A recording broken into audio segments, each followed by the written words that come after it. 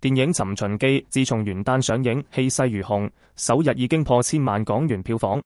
不過呢股熱潮引起資深媒體人曾志華嘅廉頗批評，結果喺網絡上引爆咗一場激烈嘅論戰。曾志華喺社交平台不停發文，直指電影《尋秦記》嘅排片太多，話係一片攻城萬片枯，話壟斷市場搞到其他電影生存唔到。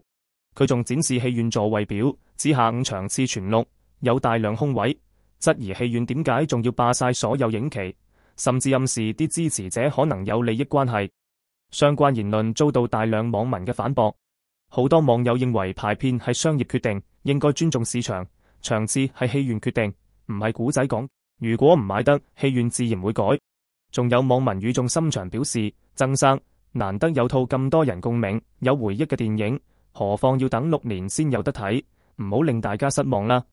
儘管爭議不斷，《尋秦記》嘅票房表現依然強勁。另一方面，亦有觀眾喺 Reddit 留負評，認為電影只係買情懷，批評劇情同埋特效。《尋秦記》嘅熱潮加上隨之而來嘅爭議，無疑係2026年最熱鬧嘅娛樂話題之一。